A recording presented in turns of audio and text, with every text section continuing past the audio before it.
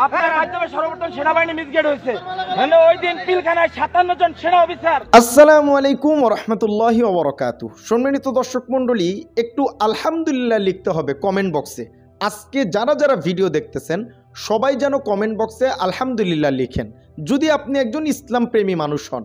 মুন্নি সাহা কট খাইছে, আস্তে আস্তে আরও কট খাবে।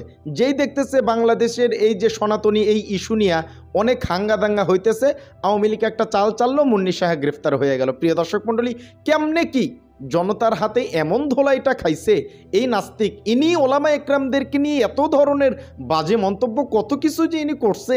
এইবার জনতার সামনে যে প্রশ্নগুলো জনতা করছে, যে কট্টা কাউরান বাজারে খাইছে, আপনাদেরকে প্রমাণ সহকারে ভিডিও চিত্র দেখাবো। কমেন্ট বক্সে আলহামদুলিল্লাহ লিখছেন।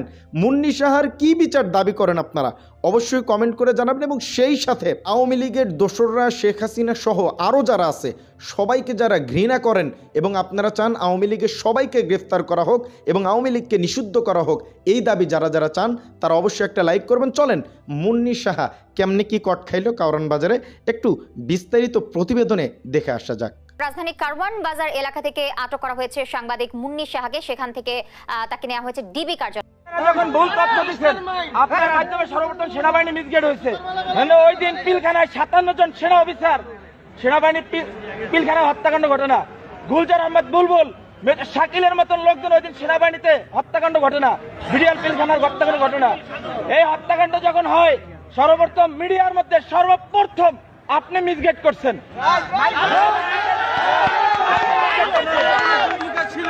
এই দেশে 52,000 রয় সদস্য, এর ভিতরে আপনি একজন। এই দেশকে আপনারা ভারতের অঙ্গরাজ্য বানাবার জন্য যা করাবার তাই করছেন। আপনি এখনো কেন, আপনার হাতে এখনো ছাত্র হত্যার রক্ত এখন আপনার হাতে লেগে আছে।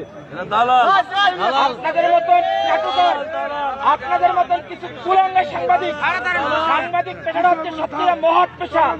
সত্যের উন্মোচন তারাই করে, কিন্তু আপনারা সত্যটারে মিথ্যা বানাইয়া এই দেশ থেকে একটা কিছু ভুটানের মতন আপনারা অন্ধকার জগতে বানাই ফেলাইছেন ভারতের অঙ্গরাজ্য বানাবার জন্য।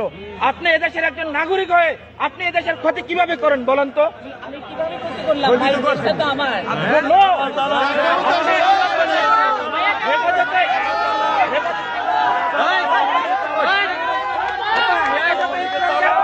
ধ্বংস করে দিচ্ছেন বলেন? হেফাজতে ইসলাম নিয়ে আপনি মামুনুল হক সাবুজুন নিয়ে আপনি জোনায়েদ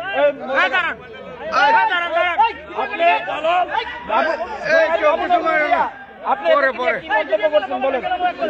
এই দেশে হেফাজতে ইসলাম নিয়ে মন্তব্যগুলো কি? আমরা আপনার সমস্ত এই দেশের সাংবাদিক আপনি কুলাঙ্গার ধ্বংস করছেন।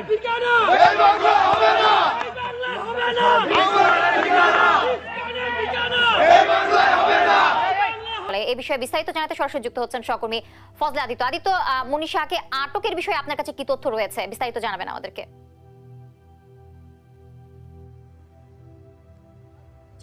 যদি যেমনটি বলছিলেন যে মুন্নি সাহার যে আটকের ব্যাপারে বিস্তারিত, সেটি হচ্ছে মূলত আজকে কারণ বাজারে তার যে খবরের 1 টাকার খবরের অফিস রয়েছে, সেই অফিস থেকে বের হয়ে কিন্তু তিনি মূলত তার দৈনন্দিন বাজার করতে গিয়েছিলেন, সবজির বাজার। সেই সবজির বাজারে কিন্তু জনতার তোপের মুখে পড়েছিলেন, একদল জনতার তোপের মুখে। সেখান থেকে কিন্তু তাকে নিরাপদে সরিয়ে আনছে তেজগাঁও থানার ভারপ্রাপ্ত কর্মকর্তা এবং তেজগাঁও থানার পুলিশ। সেখানে তাকে কিন্তু মূলত একটি মামলায় গ্রেফতারও দেখানো হয়েছে, যেটি হচ্ছে রাজধানী যাত্রাবাড়ি থানা দায়ের হওয়া একটি হত্যা মামলা। তবে যেটি আমরা একটি বিভিন্ন গণমাধ্যম সূত্রে এবং বিভিন্ন গোয়েন্দা সূত্রে জানতে পেরেছি, মূলত সাংবাদিক মুন্নি সাহা কিন্তু রাত্রেবেলা এই বাজার করার সময় কিন্তু মূলত তিনি ওখানে জনতার তোপের মুখে পড়েন। পরবর্তীতে তাকে কিন্তু আইন শৃঙ্খলা বাহিনী তাকে নিরাপদে সরিয়ে নেয় এবং তার বিরুদ্ধে একটি হত্যা মামলাও রয়েছে, এমনটি আমরা জানতে পেরেছি। তবে এর মামলার ব্যাপারে যদি আপনাকে একটু জানাতে চাই যে এই মামলা কিন্তু মূলত 22 তারিখ করা হয়েছিল।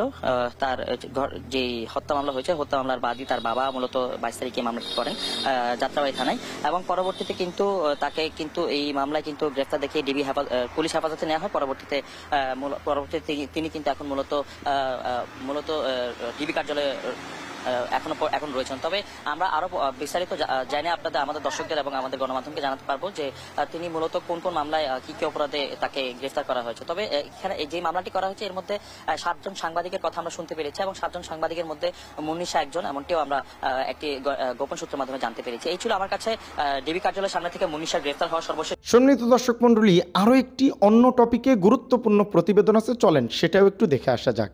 দেশি বিদেশি সামরিক কর্মকর্তাদের কৌশলগত দক্ষতা বৃদ্ধি ও আন্তর্জাতিক সহযোগিতা উন্নয়নে গুরুত্বপূর্ণ ভূমিকা পালন করছে সামরিক বাহিনী কমান্ডো ও স্টাফ কলেজ। প্রতিষ্ঠানটির গ্র্যাজুয়েশন অনুষ্ঠানে সেনাপ্রধান এমনটাই জানিয়েছেন। কোর্সে অংশগ্রহণকারীরা জানান পেশাগত দক্ষতা বৃদ্ধি ও আন্তদেশীয় সংস্কৃতি বিনিময়ে কাজে দেবে। মিরপুর সেনানিবাসে সামরিক বাহিনী কমান্ড ও স্টাফ কলেজ গ্র্যাজুয়েশনের সনদ বিতরণ অনুষ্ঠান। এবারের কোর্সে অংশ নেন দেশ বিদেশের 267 জন প্রশিক্ষণার্থী। এর মধ্যে বাংলাদেশের সশস্ত্র বাহিনী ও পুলিশ সহ 210 জন এবং বিদেশি 57 জন। তাদের মাঝে সনদ বিতরণ করেন সেনাবাহিনী প্রধান জেনারেল ওয়াকারুজ্জামান। কোর্সে অর্জিত প্রজ্ঞা, সংকল্প ও পরিকল্পনাকে জাতির অগ্রগতিতে কাজে লাগানোর পরামর্শ দেন সেনাপ্রধান। Today, we not only celebrate the academic achievements of the graduating officers, but also acknowledge their responsibilities in serving the nation.